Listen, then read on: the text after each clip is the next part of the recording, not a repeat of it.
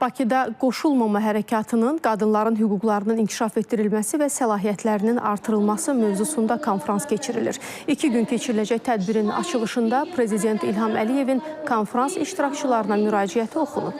Qeyd olunub ki, qoşulmama hərəkatı qadınların hüquqlarının müdafiəsi sahəsində vacib rol oynamaq imkanına malikdir. Hərəkatın Qadınlar Platformasının təsis edilməsi bu istiqamətdə fəaliyyətə müsbət təkan verəcək. Üzv ölkələrin və 9-a yaxın beynəlxalq təşkilatın iştirak etdiyi konfrans daha sonra çıxış və müzakirələrlə davam edib.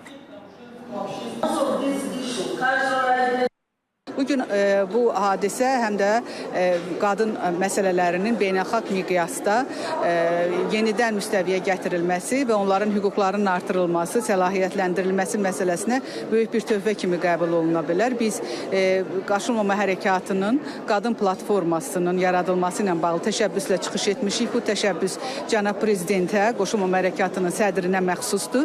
İndi artıq o təşəbbüsdən bir neçə ay keçdikdən sonra biz real bir həyatda bu platformanın yaranmasının şahidi və iştirakçılarıyıq. Özbekistanda gender tenglikini təminləş barəsində Özbəkistanda 2030-cu ilə qədər dövlət inkişaf strategiyası çərçivəsində gender bərabərliyi, qadınlara və onların fəaliyyətinə dəstək, köməyə və dəstəyə möhtac qadınlara ünvanlı dəstəyin göstərilməsi sahəsində məqsədlər və hədəflər qoyulub. Son illərdə Özbəkistan və Azərbaycan arasında 170-ə yaxın müxtəlif sahələrdə sənədlər imzalanıb və bugünkü tədbirdən sonra qeyd olunan mövzu üzrə yeni hədəflər, əməli fəaliyyətlər təsis olunacaq. Bu isə öz növbəsində iki tərəfli və çox tərəfli münasibətlərin inkişafına və şaxələndirilməsinə öz töhfəsini verəcək.